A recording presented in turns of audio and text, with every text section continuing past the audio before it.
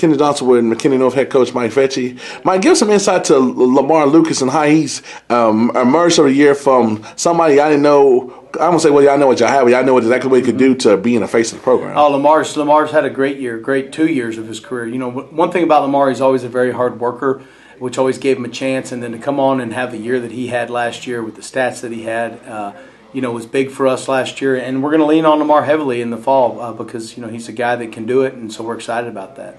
How big a deal is to have that, having somebody like Ronald Jones that came through here to see somebody that's putting up similar like numbers? Like I looked at y'all record book last year. He's the only person remotely that's in Ronald Jones territory, so that's pretty big. Yeah, it is. I mean, we've been really blessed here to always have some pretty good running backs. Ronald obviously is still doing great things at USC, and Lamar's in that same line of guys that come in and run the ball hard, run downhill. Make one-step cuts, but then got enough speed when they get in the open to take it to the house. They're home run hitters, and I'm just glad he's back. I know that. What was his? Can you give us a little difference from this year's Lamar to last year's? I think he's matured as a runner in small details. For example, to be very specific, instead of cutting through a gap and going through the middle of it, he's cutting and he hugs the inside edge of that thing where he's harder to find, and actually him being shorter benefits him on that. Where when he does get to second level, the explosiveness that he has benefits him. He's matured in a lot of ways. I mean, his leadership, his work ethic, his mental approach to every day has just grown immensely, and I'm real excited about where he's at.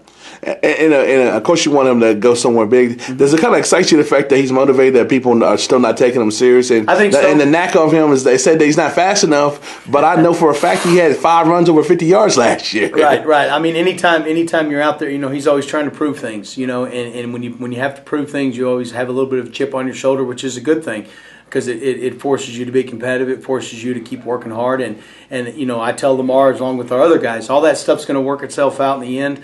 Just, all you can control is how you approach every day and how you do things at practice and your mental approach to all aspects of your life. And Lamar's doing that right now, and I'm very, very proud of him for that.